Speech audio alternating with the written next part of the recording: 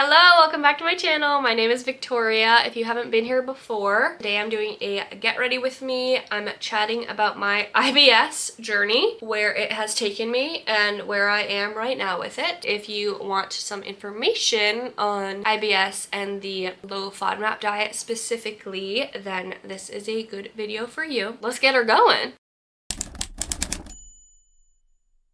Jump scare. Hey, I have my coffee. I have a little bit of free time this afternoon, so I thought that I would do my makeup with you guys and talk about my IBS. So, I'm just gonna hop into it. If you're watching this at home and you're on your couch, grab a little coffee with me. My best friend and I, whenever she sleeps over, we get our little coffees and we watch YouTube together, usually Whitney Simmons. I love watching Get Ready With Me's and I think it's so fun that I'm like making them. The point of this channel is like, I want it to be for women's health and kind of helping you guys learn more about your bodies as I learn. I read a lot of books and take notes, and then I like to tell you guys about what I'm reading. I think it's a fun format to do it in like a get ready with me. So I'm going to talk about all my IBS, all the things I've tried, what I'm currently trying right now, and then this is kind of just like an update video. This isn't, I have not cured my IBS. It has been and will be a lifelong journey and struggle. First things first, I do want to wear contacts today. I have my glasses on, as you can see. Actually, I took these off too soon. I'm gonna be honest with you. That's better. Okay. This is my like medium makeup look. It's basically my no makeup look. I'm gonna go in with my Say concealer. This is new. I really like this one. It does have a slightly more peachy undertone, but I have purple under eyes. And I think that that's the correct tone that you need to correct the purple. So I have talked about how I have IBS on this channel. Anyone who knows me in life knows that I have stomach issues, gut issues. It has plagued me my whole life. I remember when we were in middle school, me and my friends would call it my food baby. My belly would like blow out, and at the time, you know, we were like 12 or whatever. We didn't realize that it was severe blow at the time. My friends literally named my food baby. I had this crush on a guy in like 5th or 6th grade or something, as we all did. It was middle school, okay? I had a lot of crushes. And so my friends named my food baby after him. You guys know which friends you are. Super weird. Basically been struggling with this since like middle school. Just using I think this is the Laura Mercier setting powder. I just get the little baby one. This stuff is a million times better than this Milani setting powder, which I had been using before. This is so much better. I don't think it's non-comedogenic. If you've watched my other Get Ready With Me, I only use non-comedogenic products, but it stays so much better, and I'm really just using it to set my under eyes, so I'm not worried about it as much. So in about college, which is crazy, it took me this long to figure this out in life, but in college I realized that what I was eating could affect my energy and how I felt. Freshman year of college, I went away, you know, and then you're living on your own and you're choosing what to eat and you're eating off the dining meal plan, and my roommate and I would get like Dunkin' Donuts iced coffee with extra caramel and extra mocha and extra cream, a muffin for lunch. Just a horrible diet in like the beginning of college, and then the second I kind of realized that that was really negatively affecting me. Changed my diet a bit, basically just started eating way more vegetables and nutritious foods, a lot more protein, and that honestly helped a lot. Fast forwarding a couple years, I actually tested gluten and dairy. That's much better. I can see so much better. I had gone to see a doctor a couple times, and I've talked to multiple doctors about my gut issues. The first time I brought it up, the recommendation was just to take Gas X. I think maybe IB Guard was mentioned as well. Gas X does help. I will take Gas X if I know that if I'm going on a trip or if it's going to be a big day and I'm not really in control of what I'm eating or anything like that, or if I'm going to be anxious, I will take Gas X, and it does help relieve some of the bloating pressure. When I moved to Massachusetts, I saw another doctor, and she did recommend doing an elimination diet. She briefly mentioned the low FODMAP diet. At the time, I thought it would be easiest for me to cut out gluten. I did gluten for like 4 weeks maybe, and then I added on dairy for the last 2 or 3 weeks. That didn't help at all. Also, I need to keep doing my makeup. I keep forgetting. I'm just going to use my concealer to kind of spot conceal. I'm not doing like a foundation or anything, so I'm just gonna use that same concealer. Basically, I did no gluten, no dairy, and if anything, it made my symptoms worse, which was crazy. I'd go like 5 days without using the bathroom and then take a laxative, which is typically Smooth Moves is what I usually take. And then I would urgently go to the bathroom for like a full day and then not go to the bathroom again for like another 5 days. I saw no improvement in my bloating. After that, to be honest with you, wasn't quite ready to spend money on getting tests done. I did have blood work done just to test for like celiacs and those very harmful diseases. But I just kind of tried different probiotics, prebiotics, symbiotics. I took a digestive enzyme for a while. I took IB Guard every day, peppermint tea, roasted dandelion root tea, because I do want to try my best to heal my gut in a natural, holistic way. None of those things really provided me a lot of relief. I was still getting bloated all the time. And I'm talking about like very severe bloating and abdominal pain. I find it very painful to be standing. So usually I have to sit. I will get out of bed in the morning and if I drink cold water on an empty stomach, I am very bloated, uncomfortable. I would say it's pretty severe. And at the time I also had a pretty anxiety producing job. I was flying a lot with my job. If you're feeling anxious, then like everything is out the window. It doesn't matter what you do or what you eat, you're probably gonna get bloated anyways. So I was feeling anxious a lot with my job, just finding it hard to control. Last year at some point, I found a new doctor. I just felt like she was the first doctor that was like actually listening to me and actually wanted me to help. She has helped me with like my acne. She's really good at getting me referrals. I went in, talked to her about my IBS issues and kind of explained that I was very irregular in the bathroom. I'd sometimes go like 3, 4, 5 days without using the bathroom and then would have to take a laxative. So she officially diagnosed me with IBS, which technically is a diagnosis, but I kind of consider it more like you're diagnosing the symptoms. IBS is Irritable Bowel Syndrome. I should have said that earlier if you don't know. And I kind of think of it as more like a list of symptoms like bloating, gas, constipation, diarrhea, nausea. These things are all like listed under IBS. It's not a root cause, but it is nice to hear a medical professional tell me that all of my symptoms are unusual. I shouldn't be feeling this way. Let's try these things to get me feeling better. And I appreciated that from her. She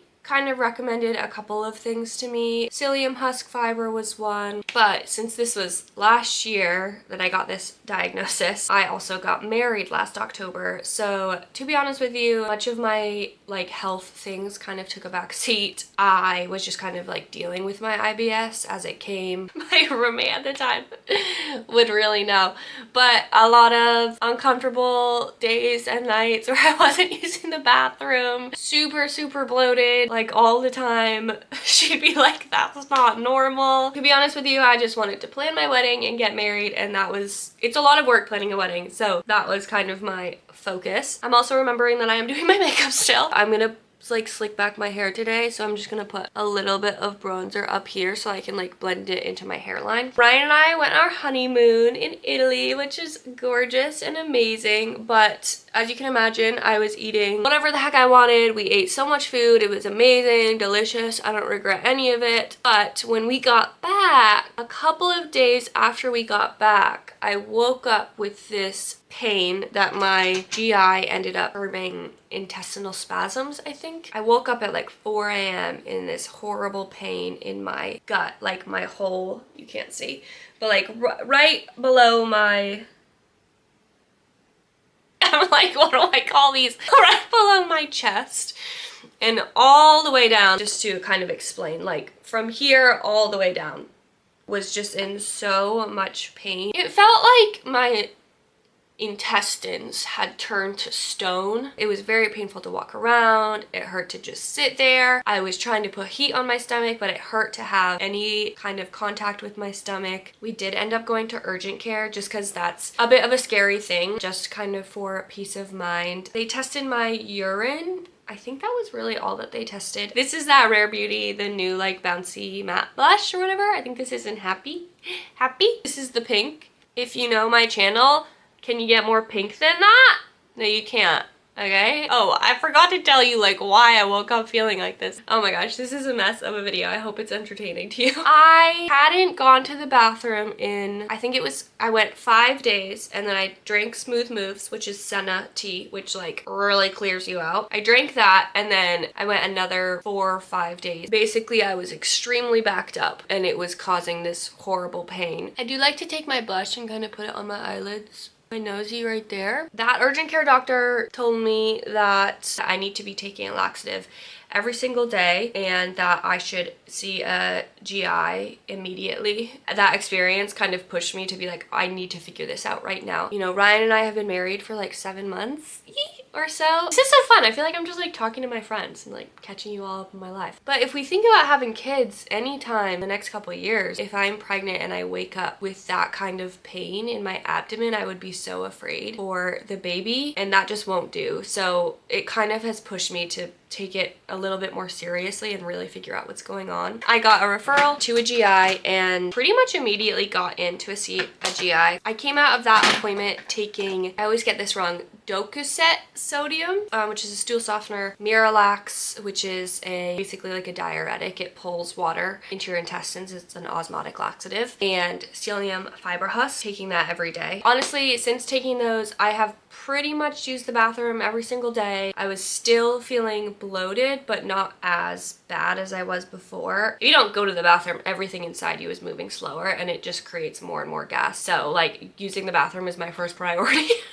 Just so silly to be saying this on camera. It happened again in January where I woke up with that horrible intestinal spasming, and I actually had been using the bathroom. I was kind of at a loss. I was like, it's not like I'm 9 days backed up. Why is this happening? I decided to go on the Low FODMAP diet. So this is my book, The Low FODMAP Diet for Beginners, a 7-day plan to beat bloat and soothe your gut with recipes for fast IBS relief. It's written by someone who had struggled with IBS her whole life and co-written with a dietitian, I think. The first half of the book is explaining to you what FODMAPs are, what they do to your gut, things to keep in mind while you're doing this diet. The first thing I'll say is this is an elimination diet. This is not a long-term diet. This is not a sustainable diet. You are missing so many nutrients in this diet, but it is a very helpful tool to figure out what specific things trigger your symptoms. It stands for fermentable oligosaccharides, disaccharides, monosaccharides, and polyols. And yes, the A is for and. My sister was like, that's lame. In a nutshell, your small intestine goes first. Food that you're digesting goes through your small intestine first, and then to your large intestine or your colon. If you are lacking, I'll use the word enzymes, if you're lacking the correct enzymes, for example, lactase in your small intestine, that specific food can't be broken down in your small intestine, and then it goes into your large intestine whole, and the bacteria, which is a good thing, the bacteria in your gut is a good thing, but it starts to break down those foods and it releases gas. And when the foods are properly digested in your small intestine, by the time they get to your large intestine, they're too big and they're too overwhelming for your large intestine to break down. So you end up releasing all of that gas. It can cause water intake, which that's when you get like diarrhea symptoms. The point of this diet is to eliminate all FODMAPs, basically anything that gets fermented in your large intestine by this bacteria. You're supposed to cut it out for, this suggests 1 to 2 weeks, until you have no symptoms left, and then you slowly add in each group. That way you can figure out what specific FODMAPs bother you, like lactose is an example. It's the easiest example to use. It's not suggested to do this more than 8 weeks. Like I was saying, it's not a nutrient-dense diet to be on. If you're watching this video and you're like, oh wow, I need to try that, you have to get this book and you have to read it. It's a very difficult diet to follow because it's so specific. The most random things you can and can't eat. Every single thing you eat, you need to check it off of this list or check it against this list. It's a very overwhelming diet, and having this as a resource was so helpful. The other thing I have is an app. I'm gonna put my eyebrows on while I talk to you about this app. So it's called it's like, what's it called? The Low FODMAP app. FODMAP. It's literally just called FODMAP. That's my app right in the middle. This is my like fitness folder. It's by Monash University. Their kind of like the leading research on FODMAPs. They go through and they actually test foods for each of these FODMAPs. Trust me, like if you're gonna try this diet, just buy the app. It makes things a million times easier. It tells you if you can or can't eat something and which FODMAP specifically it has in it. There are 6 of them, and it helps you even pick which foods to use to reintroduce the FODMAPs. There are very few things you can actually eat, which is why it's a difficult diet to do. I am on the 2nd round of doing the FODMAP diet. The first time I got so excited by the positive results because like by the 2nd week I was actually feeling so much better, but I ended up doing 100% low FODMAP for like 6 weeks before I started reintroducing anything. That was a bad idea. But let me put my setting spray back on. I had reintroduced fructose, which is kind of like the simple sugars, the simple fruits and vegetables that you kind of think of, like tomatoes, strawberries, blueberries. Fortunately, fructose did not cause any issues for me. I love tomatoes. That's a huge one. By like the 8th week, this funny thing happened where my period was like 8 days late. I realized it was because of this diet. I was not getting all of the nutrients I need. Anywhere you look and read about this diet, it's like, do not do this for more than 8 weeks unless you're gonna start taking supplements. If you watch my channel, my period and my menstrual cycle is very important to me. So I immediately was like, okay, I'm gonna eat some vegetables now. My gut can take a backseat. My period needs to get back together. And I went on vacation to California, and then we got back and I'm doing it again. And that's kind of where I'm at right now. Testing FODMAPs again. I'm very sad to say that fructans are not working with me. Onions, garlic, sweet potatoes, so sad. Anything that you typically think of having gluten is also going to have fructans in it. Not only do like gluten products have fructan, gluten alternative products typically have fructan in them. I usually go back in with this brush and just kind of like pat, what is that, like your T-zone? I want to look glowy, lovely, and plump, but I don't want to look like I'm sweating on my face. Eyebrow gel. Nothing crazy with the eyebrows today. I'm gonna put my mascara on. I think so many people, especially women, struggle with their gut. I felt like I wanted to figure it out before I got on a video and have explained it to you guys, but that's just not, first of all, it's not practical. What's the point of me like trying to be perfect before I come on camera? That's stupid. And it's taken me too long to figure it out. There are still more things on the list that I have to test. My personal suggestions, just don't do it for too long. I don't know, do it for a couple weeks and test like 3 of the groups, and then take a month off and just eat, just like nourish your body, and then maybe try it again in a couple weeks. You just have to make sure that before you're testing something, you need to be completely low FODMAP. The idea is that you don't have any symptoms, so that when you test something, you can actually tell if you have symptoms or not. Doing this diet has helped, but I do still have symptoms. But at least I know now if I eat a sweet potato, I'm gonna get super bloated. I'm kind of at this point where I really do need to kind of take the step and start getting tested for things, knowing that I might not get an answer, but we will be crossing things out. Especially as, you know, like I said earlier, as we kind of maybe start thinking about creating a family. I really don't want to be feeling like this while I'm trying to chase like a toddler around in 5 years from now. That's my hair. I have this cute little sleek stick. I think I got this in a FabFitFun box a couple years ago. Also my cute new water bottle. Are you kidding me? It's from Marshall's. So cute.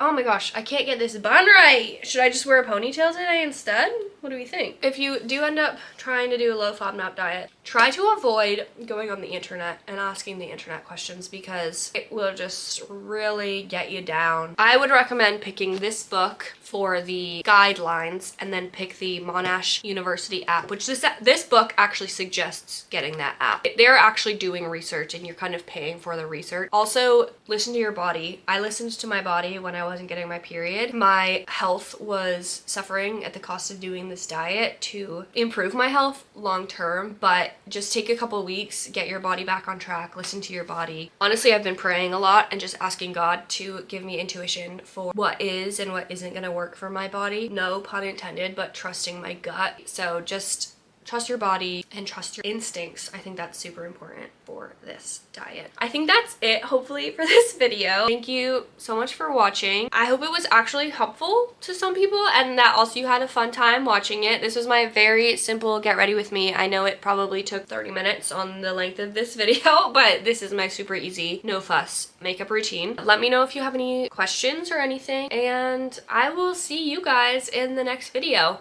Bye!